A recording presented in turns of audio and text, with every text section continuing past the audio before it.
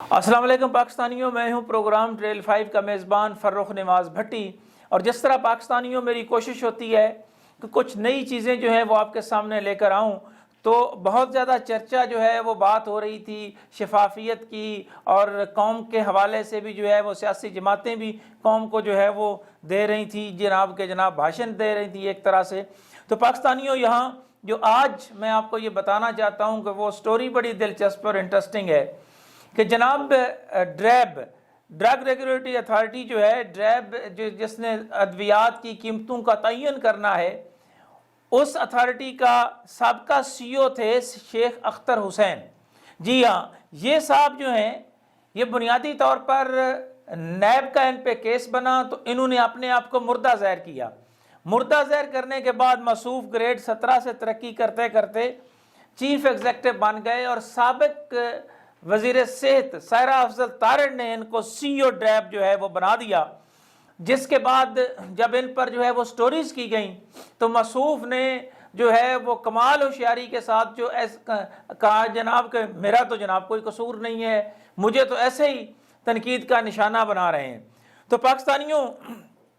ادویات کے سکینڈلز میں جو قوم کے ساتھ جو ہے وہ اتنا بڑا جو ہے وہ ہاتھ کیا گیا، اس میں موصوف کا بڑا اہم کردار تھا۔ لیکن شیخ اختر حسین کی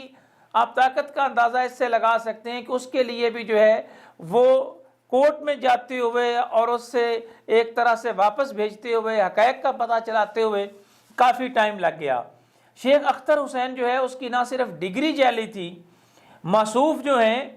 ان کو آڈٹ پیراگراف جو ہے وہ 6 اور 7 میں جو سکرین پر آپ دیکھ سکتے ہیں کہ جو چل رہا ہے،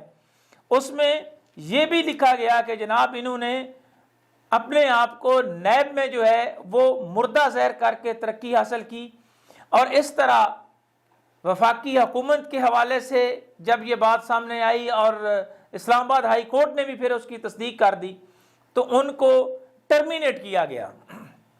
لیکن پاکستانیوں، یہاں آپ کو یہ بتاؤں کہ سب چلتا ہے، جو مافیا کی بات ہم سنتے ہیں کرتے ہیں، تو جناب یہ شیخ اختر حسین کو ٹرمینیٹ کیا گیا، لیکن ابھی تک وہ نہ صرف موجود ہے بلکہ اس کو تنخواہیں بھی گھر بیٹھے آرام سے مل رہی ہیں۔ اس کی وجہ یہ ہے کہ اس کی جگہ عاصم رؤف جو ہیں وہ سی او ڈریب آ گئے، جن کے ان کے ساتھ بہت اچھے تعلقات ہیں۔ 7 مارچ 2019 کو عاصم رؤف کو جو ہے وہ سی او لگایا گیا، اور سی او ڈریب جو ہے وہ ڈریب ایکٹ کے تحت جو ہے وہ صرف 3 ماہ کے لیے ہوتا ہے، یعنی 7 مارچ 2019 سے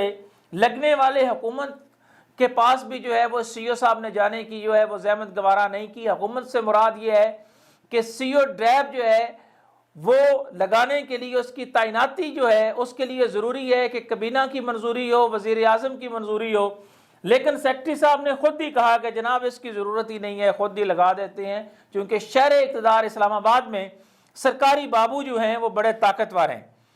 اور عاصم رؤف کی گریڈ 18 سے 19 گریڈ میں ترقی کو بھی غیر قانونی طور پر جو ہے وہ لکھا گیا ہے۔ یہ میں نہیں کہہ رہا حضور، یہ تمام باتیں جو آپ سے کر رہا ہوں یہ ایڈیٹر جنرل آف پاکستان کی رپورٹ ہے جو آپ دیکھ سکتے ہیں، اور اس میں آڈٹ پیراگراف نمبر 2 جو ہے اس کے اندر لکھا ہے، اور وہاں یہ بھی ہے کہ ڈریب کے اندر 13 ڈائریکٹر لگانے ہوتے ہیں، جبکہ اس وقت ایک ڈائریکٹر ریگولر وہ کام کر رہا ہے، باقی یا ایڈیشنل چارج پر ہیں یا ایکٹنگ چارج کے طور پر جو ہے وہ کام کر رہے ہیں۔ اور اس میں بھی جو ہے وہ یہ کوشش کی گئی کہ جناب کسی طرح جو ہے وہ بچایا جائے شیخ اختر حسین کو، جس کے حوالے سے جو ہے وہ نیب کے اندر انکوائری چل رہی تھی۔ جناب میں چیئرمین نیب سے آج اس لیے بات کرنا چاہتا ہوں کہ سائرہ افضل تارڑ اور شیخ اختر حسین کی انکوائری جو ہے وہ پھر دوبارہ کیوں بند کر دی گئی، جب ایک دفعہ پتہ چل گیا اسلام آباد ہائی کورٹ کے فیصلے کے بعد اگر بند نہیں ہوئی تو چیئرمین نیب کو یہ چاہیے کہ وہ تھوڑا پتہ تو کرے نا کہ جناب اس پہ آج تک ہاتھ کسی نے کیوں نہیں ڈالا۔ یہاں 6 ماہ کے اندر تو بہت سارے نوٹسز جو ہیں وہ دے دیے جاتے ہیں، اور جہاں تک ریکارڈ کی بات ہے تو پاکستانیوں بڑی دلچسپ صورتحال ہے کہ مبینہ طور پر نہیں، یقینی طور پر جو موصوف کی اس وقت پراپرٹیز ہیں، زرینہ مال پلازا جو ہے یہ لبرٹی میں جو اس کا ہے جو مال پلازے کے نام سے مشہور ہے وہ جناب کے نام پر ہے۔ 4 کنال گھر جو ہے وہ لاہور میں ہے، F8 میں بیوی کے نام پر 4 کنال ان کی کوٹھی ہے، اس کے علاوہ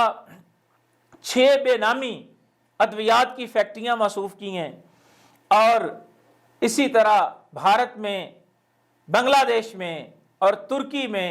وہ بھی میڈیسنز کی فیکٹریاں جو ہیں، یہ اتنا بڑا یہ نیٹ ورک ہے کہ اس پر جو ہے وہ نہ نیب ہاتھ ڈال رہی ہے، نہ ہی حکومت وقت جو ہے وہ اس پر بات کر رہی ہے۔ اور یہ لگایا تھا سابق وزیر جناب سائرہ افضل تارڑ، اور ہمیں جو مریم نواز اس پوری قوم کو بھاشن دے رہی ہوتی ہیں کہ جناب ہم نے تو بڑا میرٹ رکھا تھا، ہم نے تو پاکستان کو 4 چاند لگا دیے تھے، اور ہم نے تو 30-35 سال میں جو ہے وہ پاکستان کی تقدیر بدل دی، ہم تو اتنا وقت جو ہے وہ پنجاب کی بھی حکومت کرتے رہے، ہم نے کمال کر دیا۔ لیکن مریم نواز نے یہ نہیں بتایا کہ شیخ اختر کسی اور کی نہیں، انہی کی حوالے سے اتنا زیادہ مضبوط ہوا۔ سائرہ افضل جو بڑے دیانتداری کے بھاشن دیتے نہیں تھکتی، ان کے حوالے سے بھی یہ ہے کہ شیخ اختر کو لگانے کے لیے اور جو کچھ ادویات کے میگا کرپشن سکینڈلز میں ان کا کردار ہے، اس پر کارروائی کیوں نہیں ہو سکی۔ یہ ایڈڈ پیراگراف جو ہیں وہ ایک طرح سے چارج شیٹ ہے،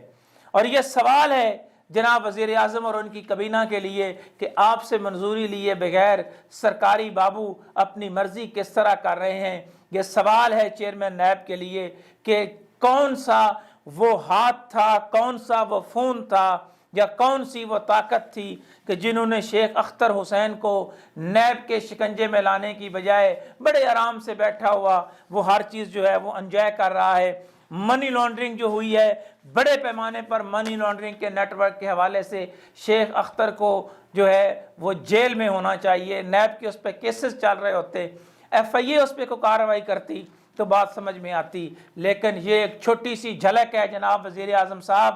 میں تحریک انصاف کے وزراء، میں جناب وزیر اعظم سے یہ کہوں گا کہ جناب جو آپ باقیوں کی بات کرتے ہیں ان کو تو چھوڑیں، آپ کے دور حکومت میں شیخ اختر حسین جیسے لوگ، عاصم رؤف جیسے ناگزیر کاریگر اگر جو ہیں وہ رہیں گے، جن کے بارے میں نہیں کہہ رہا، ایڈیٹر جنرل پاکستان کی یہ رپورٹ جو ہے یہ ایک طرح سے سوالیہ نشان چھوڑے ہوئے ہے کہ اس کا جواب جو ہے وہ کون دے گا۔ اور اسی وجہ سے 22 کروڑ عوام کو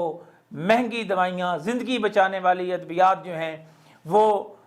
کیوں مہنگی مل رہی ہیں، کس طرح مافیا کا آپس میں کنیکشن ہے، یہ ایک چھوٹی سی جھلک تھی ایڈیٹر جنرل پاکستان کی اس رپورٹ۔ اور ان قوانین کے بعد اگر کوئی گنجائش بنتی ہے تو پھر جناب اس کا قانونی حوالے سے حکومت کو چاہیے کہ وہ رپلائی کرے، اور اگر یہ ساری باتیں سچ ثابت ہوں تو وزیر اعظم صاحب سینٹ انتخابات سے پہلے یا سینٹ انتخابات کے بعد آپ اس پر بھی کوئی کارروائی کریں گے۔